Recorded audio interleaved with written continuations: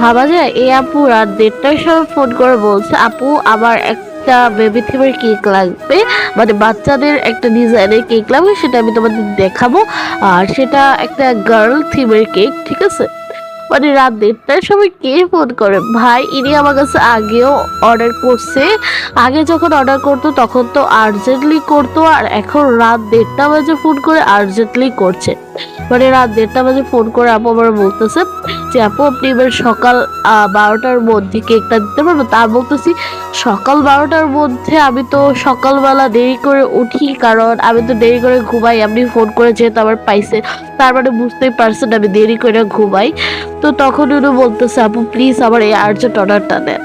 তো আমি কোনো রকম তাড়াহুড়োর মধ্যে এই ভিডিওটা করেছি। আর তোমরা জানাবে এই বাচ্চাদের কেকটা তোমাদের কেমন লাগলো।